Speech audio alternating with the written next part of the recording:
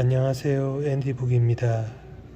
오늘 제가 읽을 책은 장그린이의 섬입니다. 홍긴이는 김하영님, 출판사는 민음사입니다. 시작하기 전에 알베르 까미의 섬에 붙여서의 글을 읽어보도록 하겠습니다.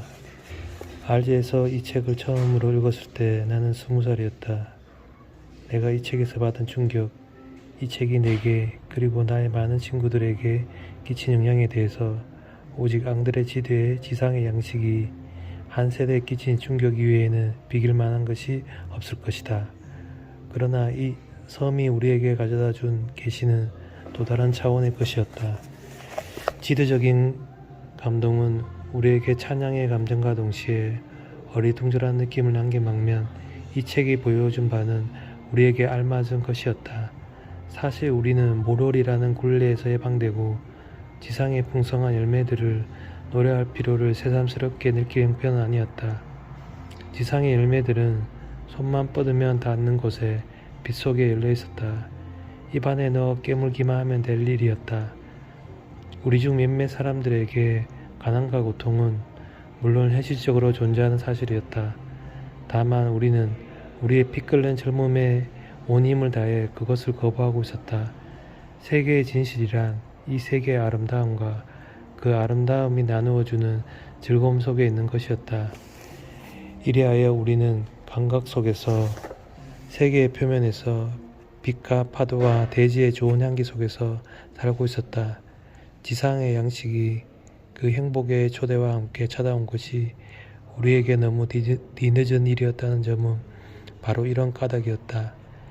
행복으로 말할 것 같으면 우리는 그것을 우리의 오만한 직업으로 삼고 있을 터였다. 그와는 반대로 우리는 우리의 탐욕으로부터 좀 딴 곳으로 정신을 돌릴 필요가 있었고 우리는 저 야성적인 행복으로부터 깨어날 필요가 있었다. 물론 음울한 설교자들이 이 세상과 우리를 둘러싸고 있는 생명들 위해 저주의 말을 던지면서 우리들이 바닷가에서 서성거리기라도 했더라면 우리의 반응은 격렬하거나 혹은 지극히 냉소적인 것이었으리라. 우리에게는 보다 섬세한 스승이 필요했다. 예컨대 다른 바닷가에서 태어나 그 또한 빛과 육체의 찬란함에 미혹당한 한 인간이 우리에게 찾아와서 이 겉으로 보이는 세상의 모습은 아름답지만 그것은 허물어지게 마련이니 그 아름다움을 절망적으로 사랑하지 않으면 안 된다는 사실을 그 모방 불가능한 언어로 말해줄 필요가 있었다. 그러자 곧 어느 시대에나 한결같은 이 거대한 테마가 우리의 마음속에서 기막힌 새로움으로 진동하기 시작했다. 바다, 햇빛, 얼굴들이 어떤 보이지 않는 장벽에 가려지면서 여전히 그 매혹은 살아남았으되 우리에게서 점차 멀어지는 것이었다. 요컨대 섬은 우리에게 한멸의 비밀을 가르쳐 주기 찾아온 것이었다. 이리하여 우리는 문화라는 것을 발견했다. 중략. 내가 섬을 발견하던 무렵 나도 글을 쓰고 싶어 했던 것 같다.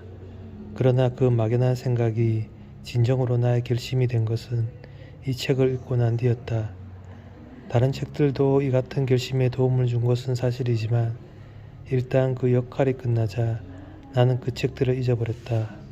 그와는 달리 이 책은 끊임없이 나의 내부에 살아있었고 20년이 넘도록 나는 이 책을 읽고 있다. 오늘에 와서도 나는 섬 속에서 혹은 같은 저자의 다른 책들 속에 있는 말들을 마치 나 자신의 것이기나 하듯이 쓰고 말하는 일이 종종 있다. 나는 그런 일을 딱하다고 생각지 않는다. 다만 나 스스로에게 온 이 같은 행운을 기뻐할 뿐이다. 그 어느 누구보다 적절한 시기에 스스로의 마음을 쏟으며 스승을 얻고 그리하여 여러 작품들을 통하여 그 스승을 끊임없이 사랑하고 존경할 필요를 느꼈던 나 자신에게는 더없이 좋은 행운이었다. 중략.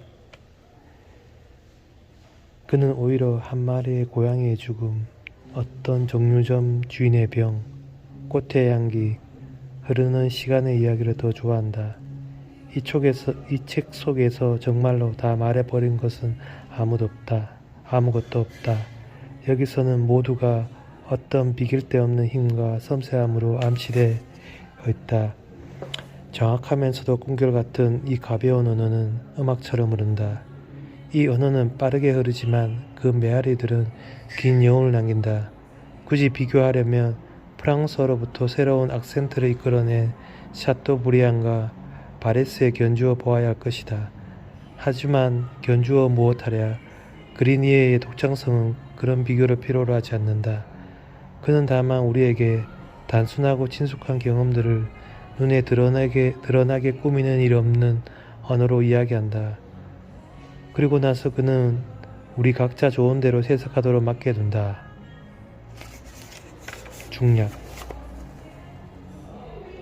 길거리에서 이 조그마한 책을 펼쳐본 후 겨우 그 처음 몇 줄을 읽다 말고는 다시 접어 가슴에 꼭 껴안은 채 마침내 아무도 없는 곳에 가서 정신없이 읽기 위해 내 방까지 한 걸음에 달려갔던 그날 저녁으로 나는 되돌아가고 싶다.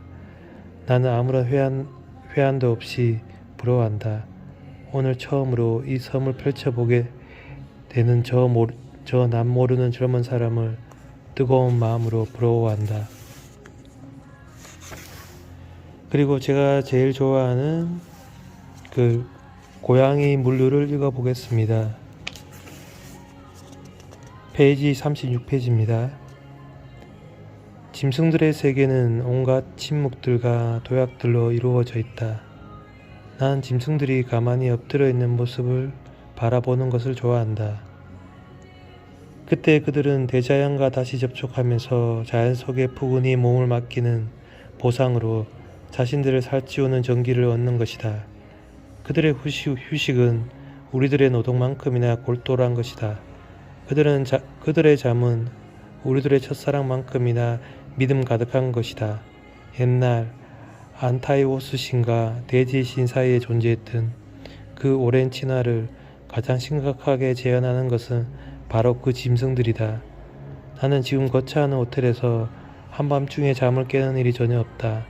그러나 가령 11월 15일 새벽 3시인 지금처럼 밤중에 잠을 깰 양이면 기침하는 소리, 말하는 소리가 귀에 들린다. 우리 집 고양이가 잠을 잘 때는 모두가 그의 잠을 방해하지 않으려고 조심한다. 이놈은 한참이나 가장 좋은 자리를 물색해 마땅한 곳을 정하고 나면 몸을 웅크리는 즉시 반쯤 잠이 든다. 그런가 하면 어느새 더 깊은 잠에 빠진다. 마치 잠드는 각 단계를 계산이라도 하는 눈치다. 이제 그는 행복한 꿈으로 접어든다. 나무 위에 기어 올라가 앉아 새 한 마리를 노려보는 꿈이다. 그는 새를 가까이에 붙들어 두고 싶어 한다. 그 새가 마음에 드는 것은 그 색깔이 산뜻해서가 아니라 통통하고 묵직하게 생겼기 때문이다. 물루는 새들이 좋아하는 것이다.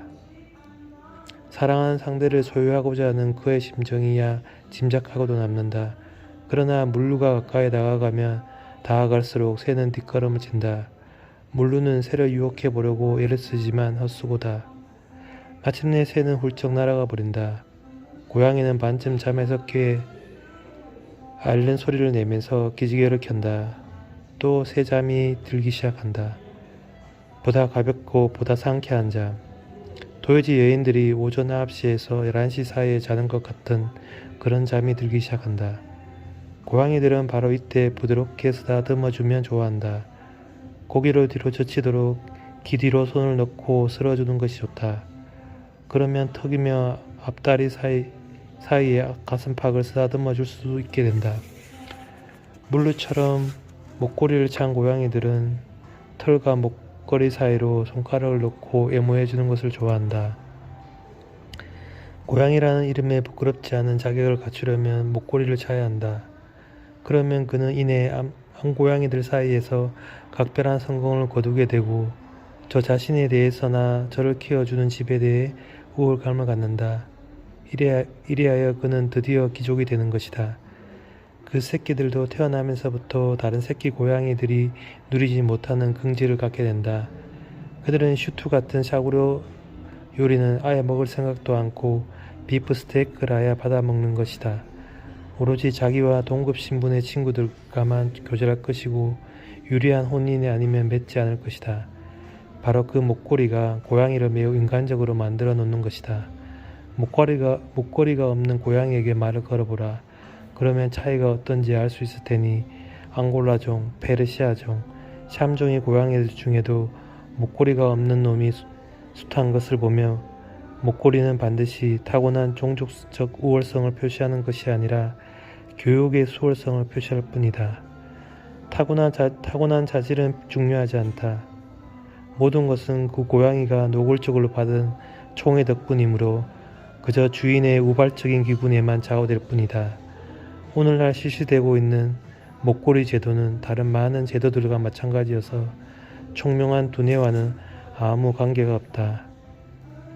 물류는 잠이 깨면 잠자던 침대에서 내려와 창문께로 건너뛴다.